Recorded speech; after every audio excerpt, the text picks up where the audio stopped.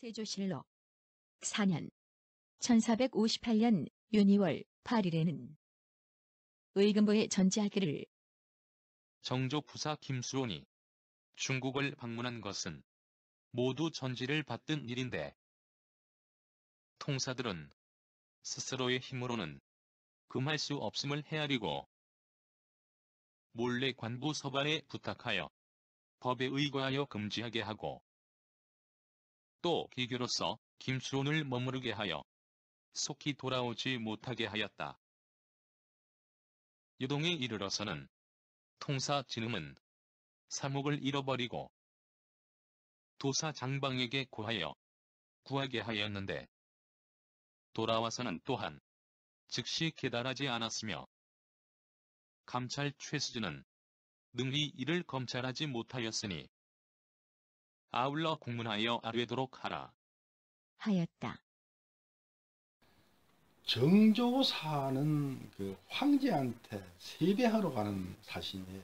근데 이제 정사로 이조 참판 김연지가 가고 부사로 중추원부사 김수훈이 가고 이제 서장관으로 검제공이 갔는데 세조 3년 10월 11일에 서울을 출발해서 한 6개월 걸려서 갔다 왔어요.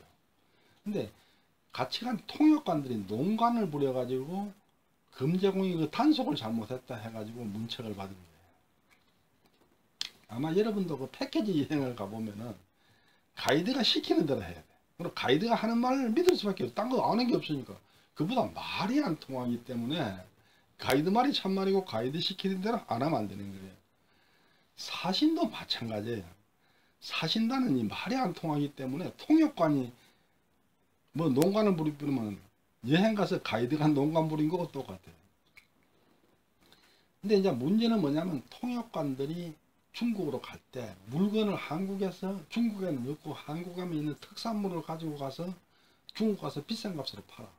그래가지고 중국에서 또 한국에서는 비싸고 귀하고 중국의 흔한 물건을 사가지고 와서 팔아서 이문을 챙기는, 말하자면 그 무역을 하는 거예요. 근데 사신을 따라간 통역관이 물건을 다 팔아야 되는데 또 중국에서 물건을 사야 되는데 아직 그게 다 안 된 거예요. 물건을 다 못 팔아가지고 재고가 남았다거나 사야 될 물건을 못 샀으면은 어쩌든지 하루라도 하루 이틀 더 지체를 시켜가지고 그걸 다 팔고 가야 되고 다 사고 와야 되잖아요. 그러니까 이리저리 핑계를 대고 막 말하자면 이제 농간을 부려서 이제 사신 출발을 지연시키는 거예요. 근데 그때 이제 서정관이 이걸 단속을 하고 못하게 해야 돼. 그런데 이제 결국은 사신을 이제 그때 갔던 그 정조사로 갔던 그 사신단을 이제 데려간 그 통역관들이 말하자면 이제 그래갖고 이제 문제를 일으킨 거예요. 이제 안 돌아오고 이래가지고. 근데 이제 그게 사실 어찌 보면은 엄청나게 큰 뭐 막중한 사건도 아니고 그렇기 때문에 큰 문제로 이제 확대되지 않고 이제 마무리가 됐어요. 근데 그때 사행에 갔을 때 검제공이 주자, 서안, 용년, 문장, 종정을 가지고 왔다는 거죠. 근데 만약에 이제 그때 가서 이제 통역가들 때문에 문제가 터졌는데 그런 상황에서 황제가 준 물건을 개인적으로 가졌다면은 이 역관 다스리지 못한 문제고 엮여가지고 엄청난 문제가 됐을 거예요. 엄청난 문제로 발전했을 가능성이 있어요. 그래서 제가 볼 때는 그게 아닐 것이다. 아까 제가 말했듯이 북경에 있는 유리창에서 아마 구입하셨을 것이다. 저는 그렇게 보는 거죠. 성종실록 4년 1473년 7월 1일에는 사헌부 대사헌 서거정 등이 처자를 올리기를 최수진은 잔약하고 용렬하며 능력이 없어서 장흥고 주부로서 고가에서 중등의 성적에 있었으니 그 사람이 수령의 직에 합당하지 아니한 것은 분명합니다. 지금 현통 현감에 임명되었으니 국가에서 수령을 중하게 여기는 뜻이 어디에 있겠습니까? 만약 최수지의 청탁이 아니었다면 반드시 이것은 이조에서 받지 못한 때문일 것입니다. 엎드려 바라건대 결단의 예단을 내리시어 관직을 바꾸도록 명하신다면 심히 다행함을 이기지 못할 것입니다.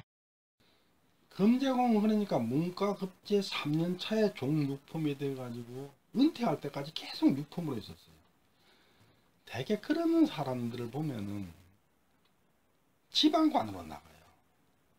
서울에 있는 게 아니고 지방으로 나가서 군수나 현감을 하다가 서울로 올라가야 되는데 계속 군수 이런 발령을 내는 거예요. 대표적인 사례가 중랑전 공파의 5세 유령공 최덕지, 이분은 뭐 문과급제를 못했으니까 뭐 그렇다 할 수도 있는데, 문과급제 연천공 최덕지 이분들은 계속 군수 현감 열로만 도는 거예요. 연천공이 군수로 나가가지고 군수로만 한 20년을 돌거든요. 그 왜 그러냐? 위에서 끌어주는 사람이 없기 때문에. 그러는 사람은 절대 출세를 못하는 거예요. 다 배경이 있었고 위에서 줄로 끄집어 올려줘야 그래야 그 뭐가 되는 거죠. 국조 문과 방목에도 여러 종류가 있어요. 그 내용이 다 달라요. 문과 방목이 한 책 하나밖에 없는 게 아니고 여러 개가 있어요. 근데 그 중에 서울대학교 규장각 한국학연구원에서 가지고 있는 국조 문과 방목을 보면은 금제공의 이력이 좀 자세하게 적혀 있어요. 국조문과 방목 단종 1년 1453년에는 부위 최수지, 아버지 최자경, 할아버지 최사필, 증조부 최택, 외조부 정길방, 처부 김유사, 서장관으로 현풍 현감이 되었으나 피철되어 인이로서 벼슬을 마쳤다. 여기서 금제공의 할아버지의 휘의 뒷글자를 스며 흐를 필 또는 분비할 비 이렇게 읽는데, 제가 알렘사공파 족보나 그런 걸 보면은 그 발음은 안 적고 그냥 한자만 적혀 있더라고요. 근데 일부 다른 문헌을 보면은 그 필자가 아니고 비로 적은 데들이 많아요. 근데 저 생각에는 사람의 이름이니까 분비할 비보다는 스며 흐를 필로 읽는 게 옳다고 생각합니다. 분비할 비 하는 게 비뇨기과 뭐 이런 데 쓰는 글이거든요. 그래서 별로 안 좋으니까 필로 읽는 게 어떤가, 저는 그렇게 생각을 합니다.